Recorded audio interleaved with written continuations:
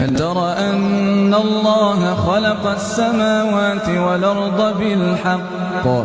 إن يشأ يذهبكم ويات بخلق جديد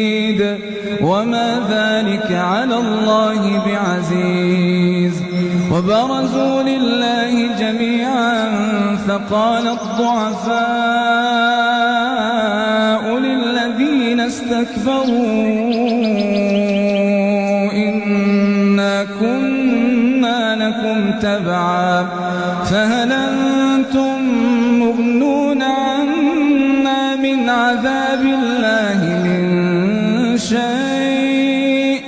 قالوا لو هدانا الله لهديناكم سواء